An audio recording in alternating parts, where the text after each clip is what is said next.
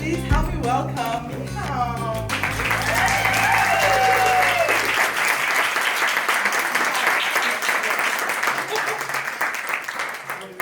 So you start, right? Good morning, everybody, and thank you for making it. And thank you for the venue. It's pretty awesome here, right?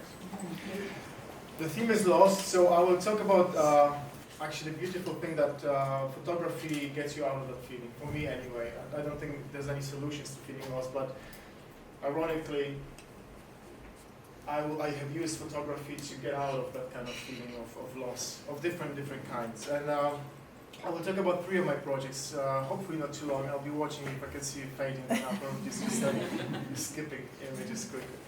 But thank you, Michal, for the wonderful intro as well. And I think it's absolutely right. Cardiff is amazing. I've been here for 20 years now, and I have no intention of leaving. So yeah, it's pretty awesome. Now, I will work this out. So 3 projects I'll talk about, and 3 different kinds of losses. The first project is the loss of a mother. The second is loss of a country and being a fugitive. And the last project is loss of Europe. And I'll try to keep it light. We don't want to there's no B word in this room. Yes, I'll start with a project called Minus the Mother, which is something I have been working on since 2006, and I still am working on it. And it's about the loss of a parent. I haven't lost a parent, but I am very scared of losing a parent. And some of you, and Lorna, you were talking about your dad, I'm really sorry.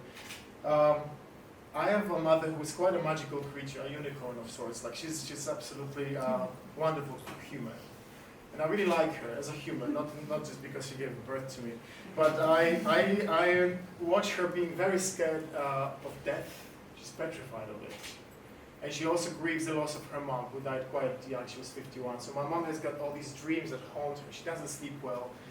And she dreams about all these dead people who come in and want to make contact with her. So she's forever tortured. And I have watched my mother over the years being tortured. And I said to her one day, "Woman, I don't want to end up like you. I don't want to have all this torture when I'm older. I mean, there will come a time when you die, and I will hate that moment.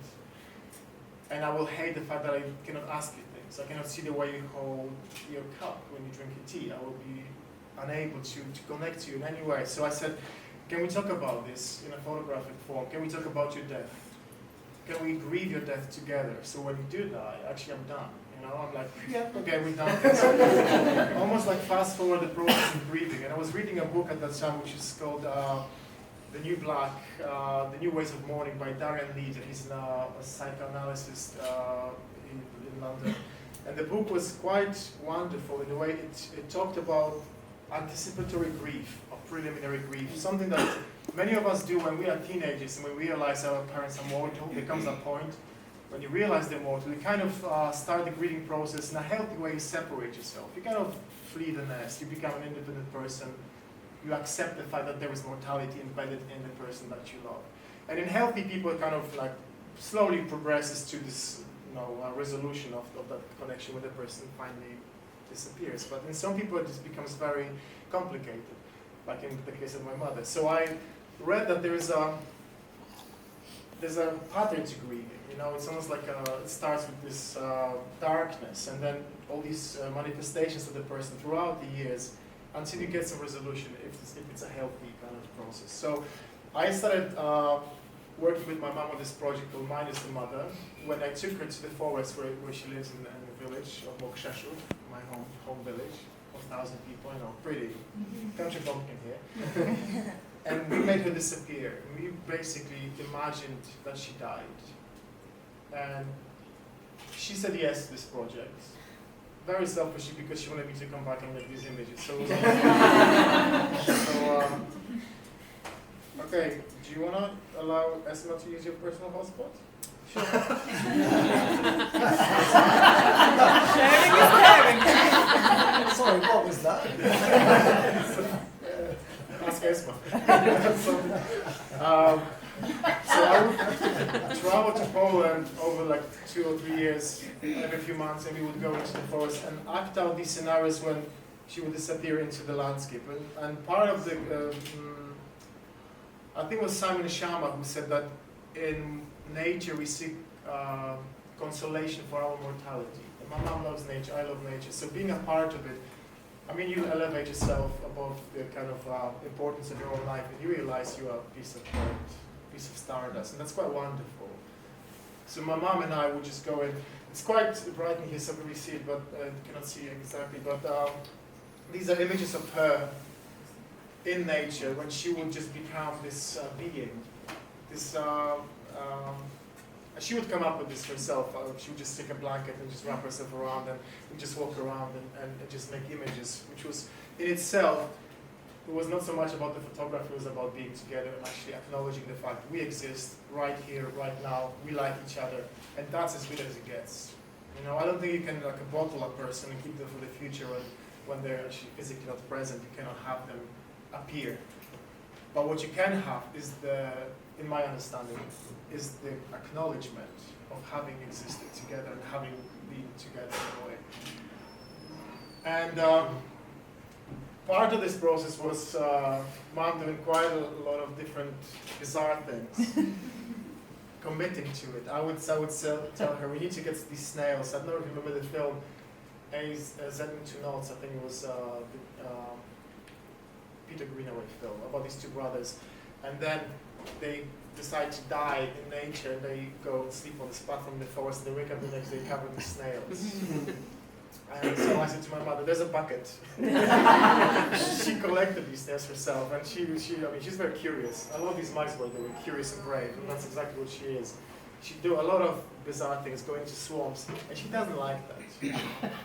But the fact that she decided to do it was a testimony to the fact that we were just together, and we're doing something that will last longer than our, kind of when she dies, our father. Very joyful for like 8 o'clock in the morning, right? But my mother started, the interesting part of it was that she started writing emails to me. I mean, I've lived away from Poland for 20 years now, and we're very close.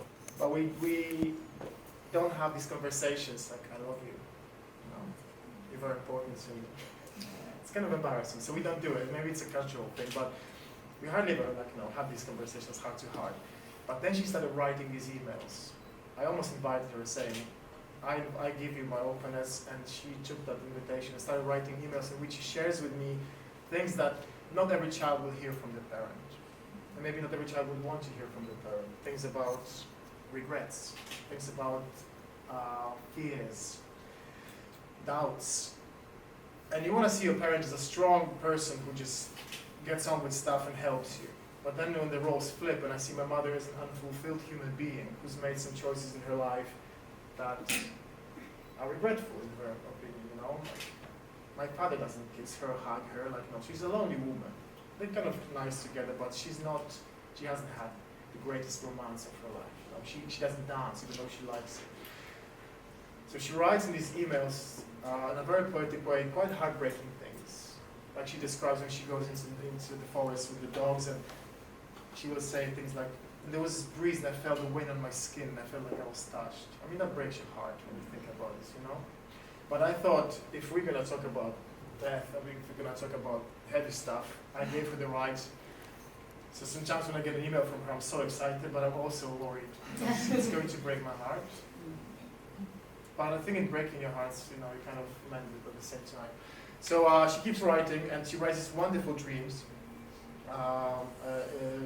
Usually lots of animals and dead people, but in an endearing way. So next thing I'm going to work on I think kind of a film where I actually make those dreams into animations. I don't know how that's going to work.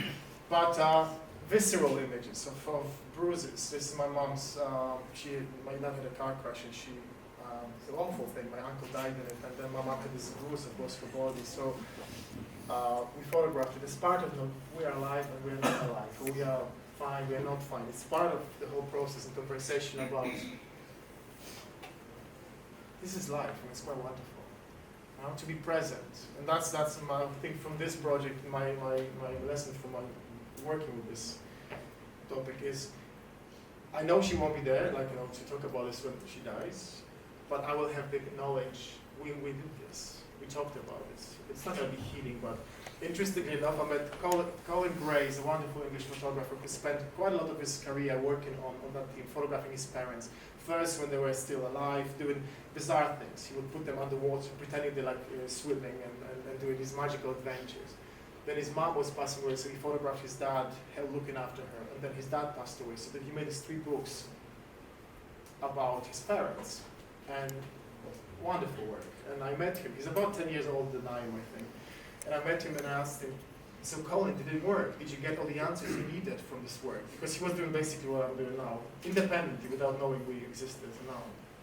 Did it help when they died? Did it make you work? And he says, I don't know.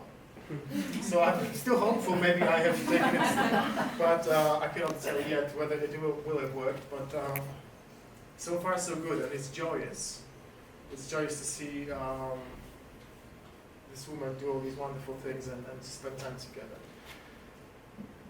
The last image of the series so far is her face. Like, she doesn't exist in these images as much because it's everybody's mother. It's not about my mom. It's not about me. It's about you and everybody else. It's about the relationship and the openness we have to people. Right?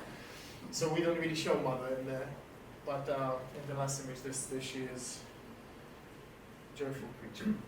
So that's the kind of loss, you know. The second kind of loss is loss of freedom that I want to talk about. I often work with teams that are close to my heart only because if you know about something, you're going to make work that is kind of transparent. I'm not the kind of person who decides, I'm going to do some research about representation of slavery and make a project about this. I have I have interest, but not no personal drive to do projects like this. I usually selfishly think, like, well, that hurts. I think I need to deal with this somehow. So let's talk about this kind of phenomenon.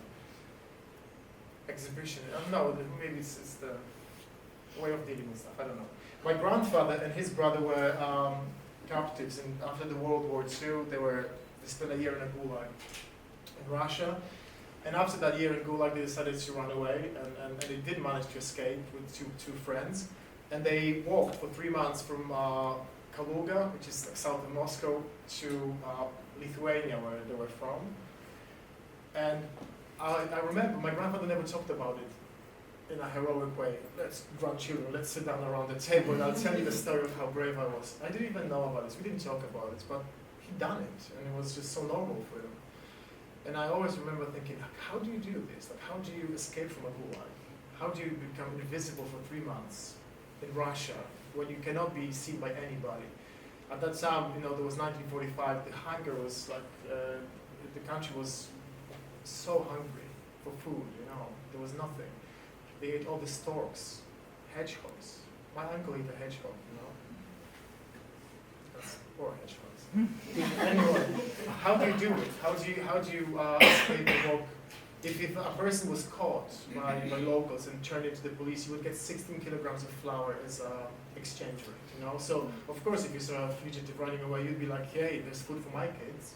So people would they would hunt fugitives. And my grandfather and his brother did this epic thing and made it back to Poland, found a family, and lived a very happy life. Both lived to be 19. And I was curious about this process, and decided one day I just thought, why don't you do it? If you're so curious about it, just to go to Russia and do the same trek and then see what it feels like.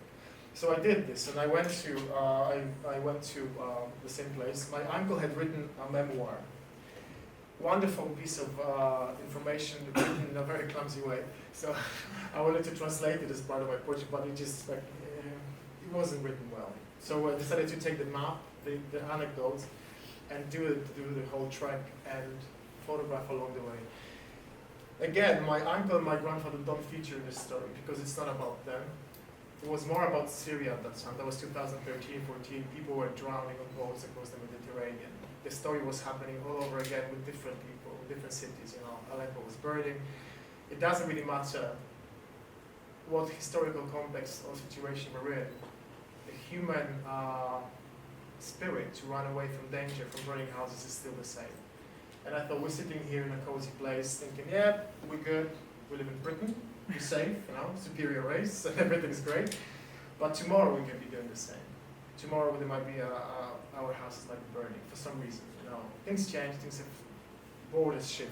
And I thought I can use this story to bring back to reality right now and show it's not new. You cannot separate yourself from Aleppo. You cannot. It's exactly the same story. And I was looking for my grandfather a little bit, without, like sentiment. I try to battle sentiment. I'm Slavs, Slavs, it's a burden. Those of you who will understand, it's just like there is strings on it. But I was looking for little paradoxes. In photography, I'm a simple one. I'm not a very sophisticated photographer. I'm more of a storyteller. But I was looking for things, talking about the absurdity of existence, If I found these things, a fish out of the river. The river was literally 5 meters away, and you find this fish. Of course, it was somebody's bait for other fish, but just to see that image on that journey was profound in many ways. And I was very, I was looking for these little elements of grotesque death.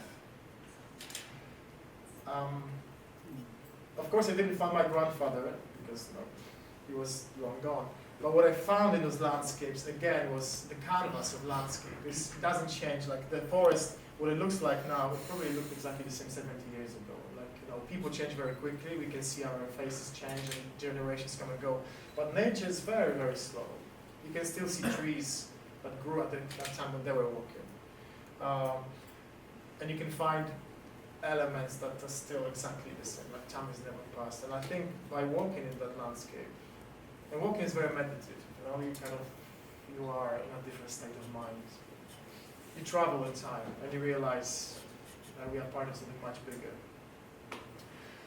This image is very important to me only because that was the village where my grandfather was born. It's called Takai, and it's a place, this is a concentration camp where 100,000 people were shot to the back of their heads. And it's a beautiful place, very serene when I got there. But the village was literally here, so you could hear when they were shooting people in this extermination camp. The village was living right there. People were going to work, catching trains in the morning, and people would just go with bread in the morning, and you could see a line of Jews being walked into the forest, and then you could hear the shots. 9 to 5 kind of job. But there was a person whose job was to get the gun and say, hey, walk to that pit. They had these pits dug out in the ground. Walk up to it, get undressed, shoot, and then home. And my grandfather lived there, and he said they had this, they're shooting again. And you feel like this forest, so serene and beautiful now, has more dead people in it than trees, And I found it quite moving and quite heartbreaking in many ways. You guys gonna have a nice morning after this, right? I call this project Clear of People because I stayed out of people's way, and my grandfather had done as well. It was an idea of just not being seen and being one with nature, and landscape being the only witness to atrocities, and landscape being the only friend because it gives you protection. And I love some of the stories my uncle wrote were wonderful. They were hidden.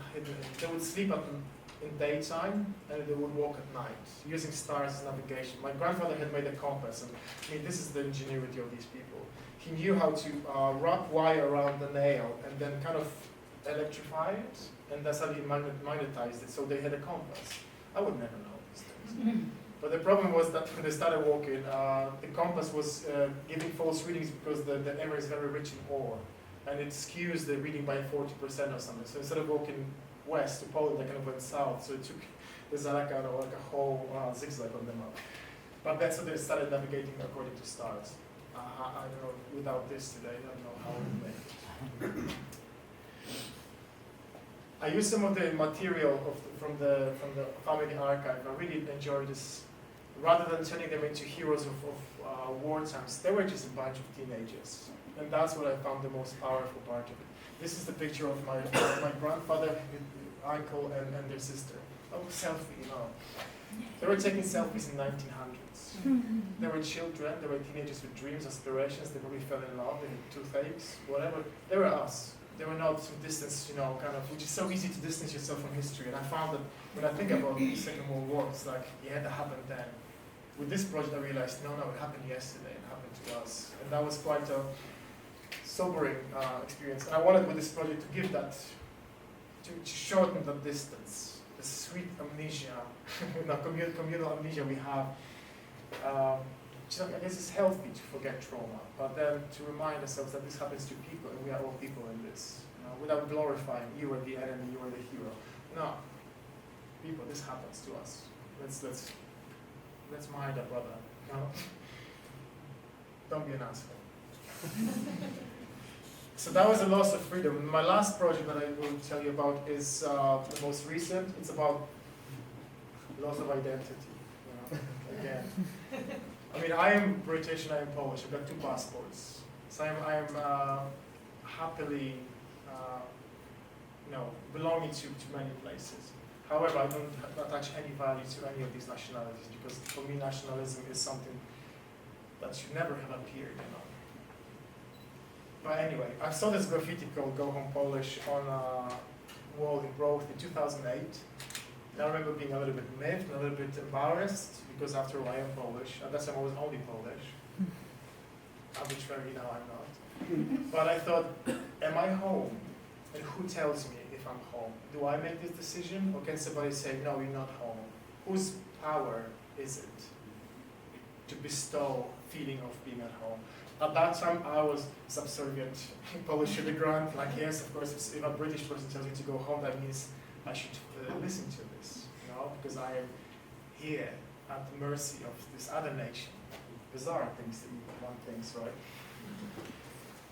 But I was curious about this, and I mulled for 10 years over this graffiti, not sure how to deal with this. I was definitely kind of not upset, but surprised maybe, a little bit confused. And it's taken me a while. But then in 2016 we had the referendum, of course we know what happened then. And I realized that this is the time to answer this question for myself and to ask this question to people. Because I also have the right to ask that question. Are you home? Not in an aggressive way, but out of curiosity, let's define what this means. So I decided that the only way for me to find out what home is to actually walk from my home in Cardiff to the place I was born and ask people along the way, where is it? If I told you to go home, where would you go? What would be your criterion of it? Is it where people speak my language? Is it where my mother was born? Is it where my brother lives? Is it where people pray to my God? Or my football team plays there? What is it that makes you feel at home? I mean, it's such a big question, it's almost impossible to answer, but I thought on a personal level, I could do this. I can just do this walk. And also the meditation of walking, the pilgrim, which is as old as we are, hunter-gatherers. You walk, humans. We never took place before, or horses. Leave the horses alone. You've got legs. Be present in nature, be present in this landscape, and just answer these questions for yourself, I thought. So I drew them up again, straight line, roughly straight line, and I set off in 2018, asking that question to people. And I documented this in photographs and in text, mostly on Instagram at that time. That was almost a dialogue with people. I would post these images and stories that I heard along the way, and it became a conversation. It's one way to be an artist and have this moment when you say, I'm going to be talking about myself, it's self-exploration. But it's really wonderful to be able to have people with you on that journey, because these are questions that are general. It's all of our stories. So through that Instagram, I got actually quite a wonderful exchange of ideas. And I started acting, I use this big word, performative kind of activity. I have no performative or performance art background. I'm pretty shy, contrary to what you might think, really, because I'm quite confident at the same time. But I thought I myself will become the protagonist, and I myself will be the immigrant that goes home. Give a face to this immigrant. We read in Daily Mail, immigrants have come to Britain to ruin our NHS. Immigrants are stealing our jobs or breaking into our homes. There's always these big umbrella terms. Muslims have done this. Polish people have done this. Greek people have ruined our economy, and a Polish plumber has ruined our British plumber. It's huge, huge terms, And I thought, you must not use that kind of language, because we know what Hitler did. Jews were cockroaches one stage, and next thing we know, they were burning in gas chambers. So I am not Polish. I am not an immigrant. I am Michal Iwanowski. This is the kind of the lowest denominator I can use. That I can stand by. Yeah, Michal Iwanowski. This is the face. This is the insurance number. Deal with this person rather than a basket. I could call you all, humans. And yeah, fair play. We're all humans, in that sense. But to call you all, Cardifians, it's already kind of limiting and unnecessary. And I thought if I become Michal Iwanowski, then I can actually introduce this immigrant and give people the face of it. It's much more difficult to say to Michal Iwanowski, get the hell out of here, than to say Polish people go home. I refuse that kind of language, even though I'm sure that I'm guilty of using it sometimes. But anyway, this Michal Iwanowski that's walking is doing all these things in the landscape that ask questions about belonging. And I watch a lot of YouTube at night when you press one video and it takes you somewhere else. Before you know it, I usually end up watching things about the universe. I love planets. I love just looking up and thinking, what is this like? Not what's on Earth. On Earth is kind of like very micro. But up there, that's where the answers are, or the really interesting stuff. And I was reading or watching a documentary about the wobble of the Earth, when every 20,000 years, when it's there's a bit of a wobble that makes the Earth shift enough to move the monsoon season substantially enough for Sahara to become a rainforest. And that happens. I never knew this. Nobody told me in geography classes.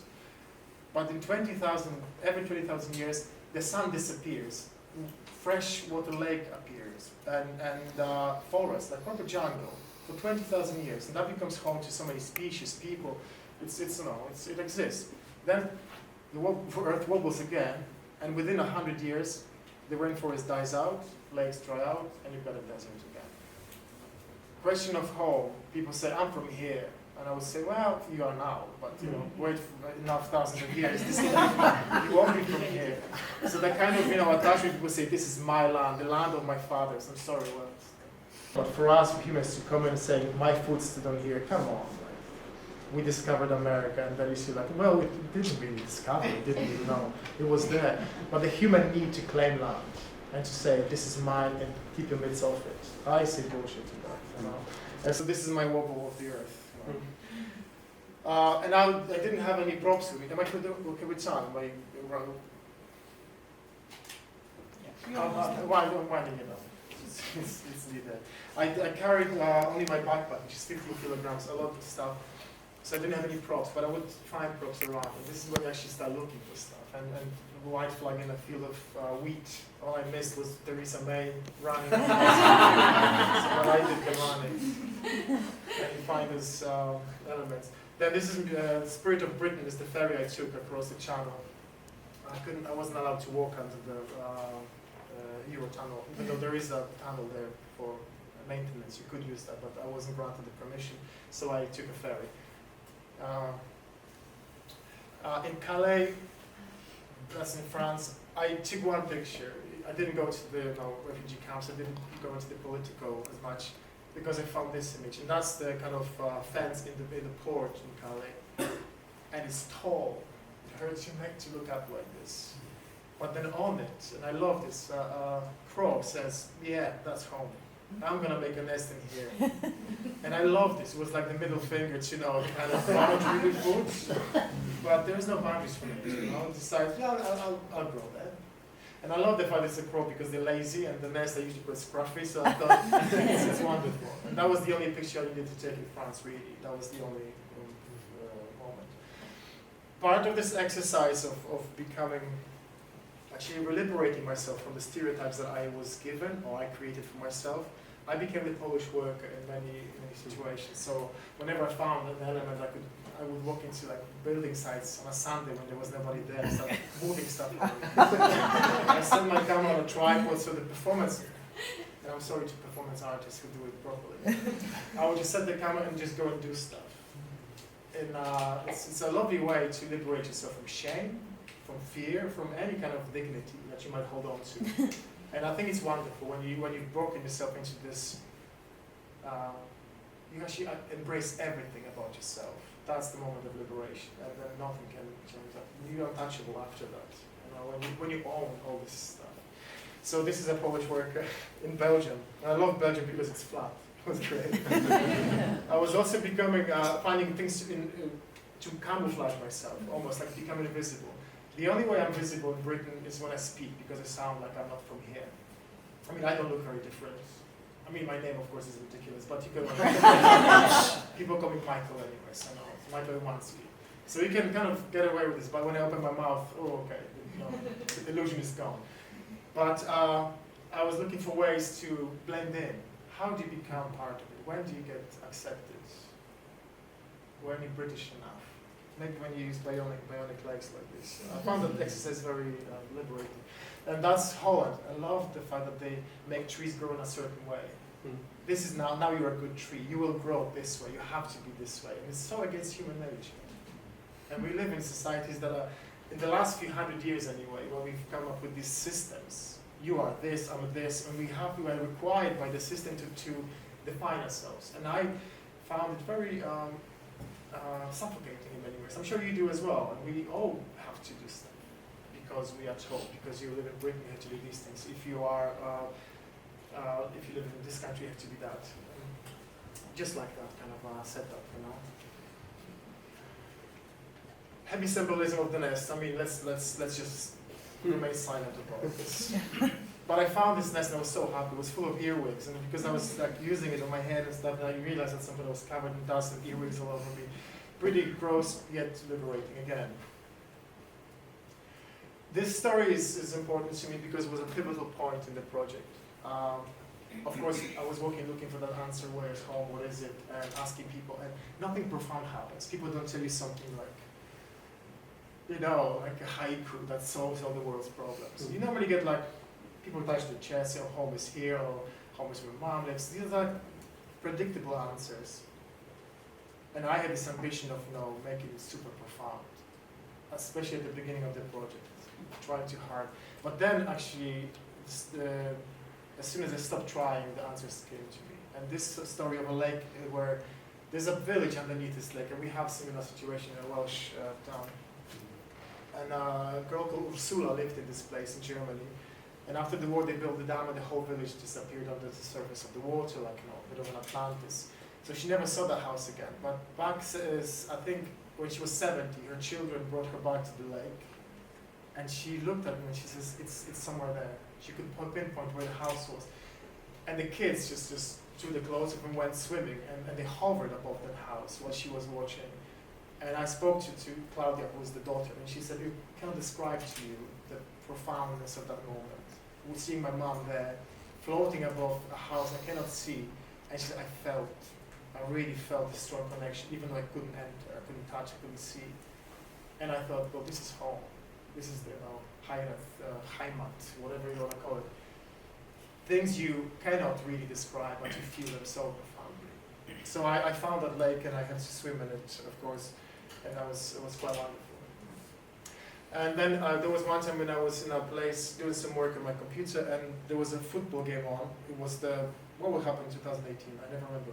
World Cup, that was the thing, yeah. And it was Poland versus Colombia, and I have no interest in football, sports, any kind of like, you know, there is my group of people. Just kind of scares me, so I don't like football, whatever. And I'm doing this work, and I was wearing a t-shirt with Polish flag on it, only for auto-irony. It's not because I use it for photographs, just to kind of laugh at myself. And we're doing some work, and I can hear people watch the football game, and suddenly everybody's looking at me, because Poland was doing really badly. And they all look at me with this kind of like annoyance. What are you doing? What are your people doing? Why are they so bad? And I just didn't know, and I felt like, oh, so I'm responsible personally for this team. Because I'm wearing a t-shirt with a Polish flag, and I felt it so heavy. I had to go out and just change my t-shirt, but at that point it was way too late for that. And the next day I found this kind of fencing mesh thing, and I thought, this is exactly what wearing that t-shirt felt like, you know, how constricting, like a corset. So I just squeezed myself into it and exercised the demon. It's gone now. Again, Polish worker in Germany, carrying stuff. And that story is, again, very important to me. A British couple asked me if I was scared of, okay, I'm going to say it, Britain after Brexit. And I said, oh, no, because I'm a British citizen, so I'm kind of all right. And they said, okay, but will you need a visa to stay in Britain after Brexit? I said, well, not really, because I've got a British passport. And they're like, well, you need a work permit. And at that time I realized there's no way I can squeeze through this vice, you know. I will never be British enough for this kind of person. Oh, and at that time I kind of healed myself from wanting to be this or that or the other. I realized, no, I'm so much broader as a human. I'll never squeeze through this. And then a few months later, as I kept walking, I found this bizarre setup somewhere in Germany, and I thought, this is exactly what I need to do. And I never squeezed through it, even though I was pretty skinny at that time. Those days were good. And then I reached Poland, and again, I found this quite fitting that the sign to enter Poland was this kind of skewed thing. And and I think that roughly sums up the 3 losses I wanted to talk to you about, or more about actually finding out ways out of them. Because through processes of thinking and exploring, I think we all have the capacity to turn losses into winnings in that sense. And it's all down to us, we all have it within us. So thank you so much for listening to me. And let's have some coffee.